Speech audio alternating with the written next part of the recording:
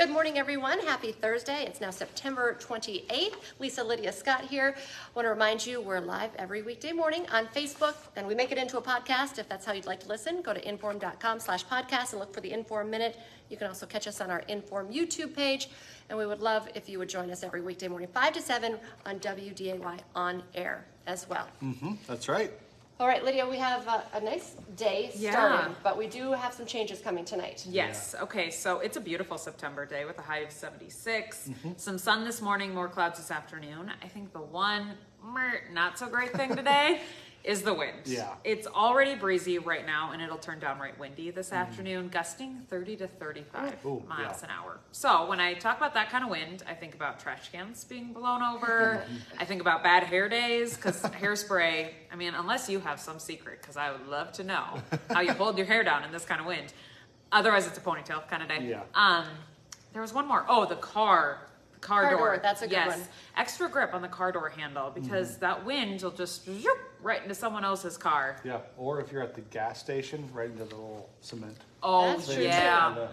Yeah, that could be a bad See, one. nobody needs to deal with that today. No, Are you talking from experience? I feel like you said not my that. personal, but my father, yeah, I've seen him right on the cement before. See, that sounds no fun. So, No good. Yeah. all of those things to be aware of today as the wind is gusting 30 to 35. Otherwise, mid-70s, some sun this morning, more clouds this afternoon. Not a bad day, just windy. Cold front moves through later on. That'll change our wind direction. Cool us down a little bit for tomorrow, closer to 70. And then tomorrow morning, I think I'm going to be a little busy tomorrow morning. We're going to have some scattered showers and boy. thunderstorms. We do already have a level 1 risk for severe weather for tomorrow morning. 1-inch hail and 60-mile-per-hour wind gusts as your primary threats. Probably developing between 5 and 7 a.m. Okay. Which First is news time. right during first Yeah. news. I'll start to watch those bubble up, lasting through about the middle of the day, kind of moving from west to east and then wrapping up in that same fashion. Which means we should be dry for the time the kids are headed home from school, your evening commute, the NDSU homecoming parade tomorrow, and Friday night football games should be dry too.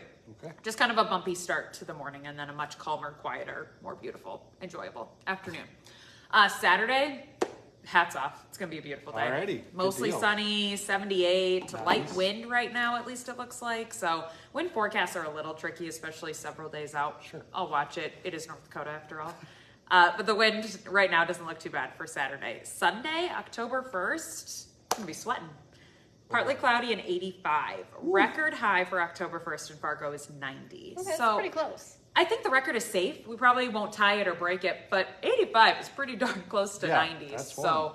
yeah, that just kind of puts it into perspective for how warm it'll be. 80 still on October 2nd, and then everything changes late week, and we'll see the downhill slide back to more of a fall-like October feel. Okay. Cloudy sky, a couple chances of rain, something to watch when we're timing out harvest.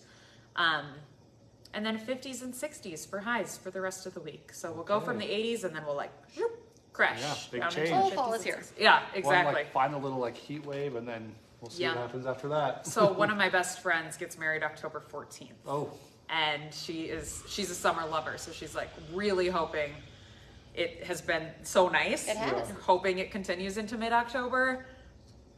Pattern change is not on your side.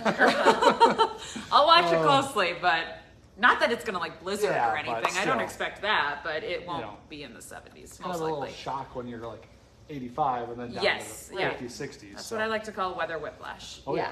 Okay, be ready for a windy day. Sounds good. Thank you. Thanks. All right, well, right now, a heads up to drivers this morning. Crews are working to fix a water main break in Fargo right now. It happened in the Horace Mann neighborhood last night. It's an intersection of Elm Street and 12th Avenue North. That's close to the 12th Avenue North bridge that connects Fargo and Moorhead. Throughout the morning, crews were going to work and open that up. It was closed at last check. Yeah.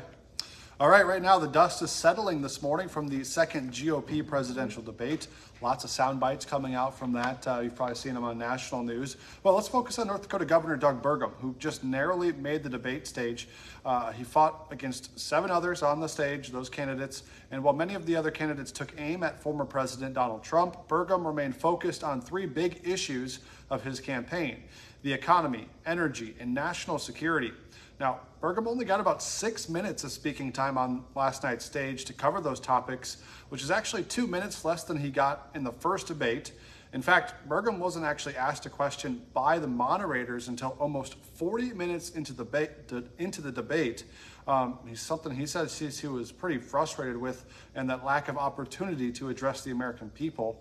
The next GOP debate is slated for November 8th, and Burgum will have to gain more traction with Republicans to qualify because candidates must secure 4% of the vote in multiple polls and have 70,000 unique donors. Today, you can recycle your old electronics and help out some local shelter pets.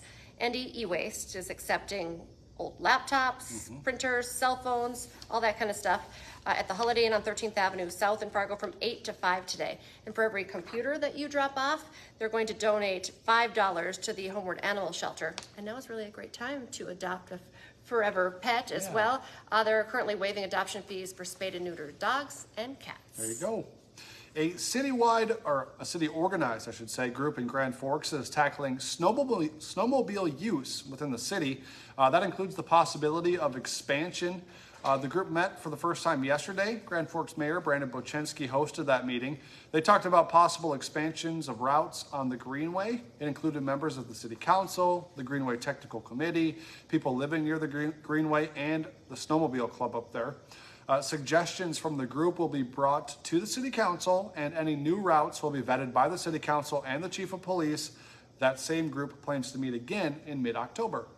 An old landfill in Fargo is about to be cleaned up using a state and federal loan. We're talking about the old landfill on 12th Avenue North.